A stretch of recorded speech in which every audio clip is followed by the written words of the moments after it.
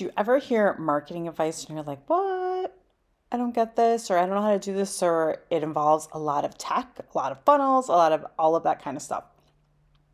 So I have been getting coached on marketing, and I wanted to create a diary to help inspire other people to think about how they can go about marketing rather than following a lot of advice. And when we see other people's advice out there, oftentimes it's from established writers or writers that have made it big.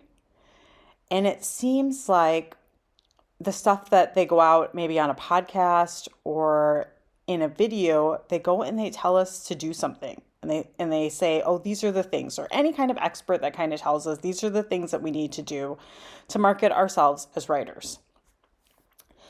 One of the questions that I think is worth asking, and this is something that my coach told me, is where are they at in the process and how many things do you have to do to get there?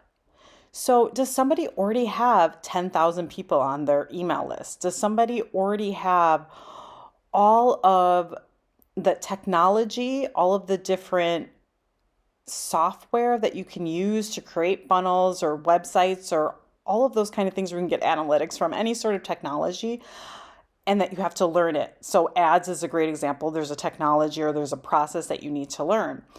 And they have been doing that for a long time. So their suggestions are going to be slightly skewed because they have made it. But what do you do when you're in the beginning?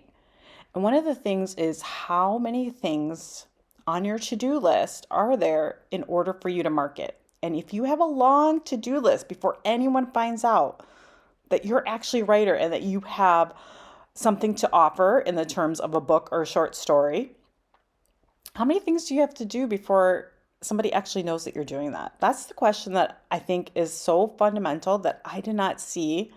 And I realized that I am not going to do all of these things. I'm going to learn that, yes, when I'm established, when I have a number of certain books under my belt, but I don't even have my first book published, and I'm on the way to getting it published.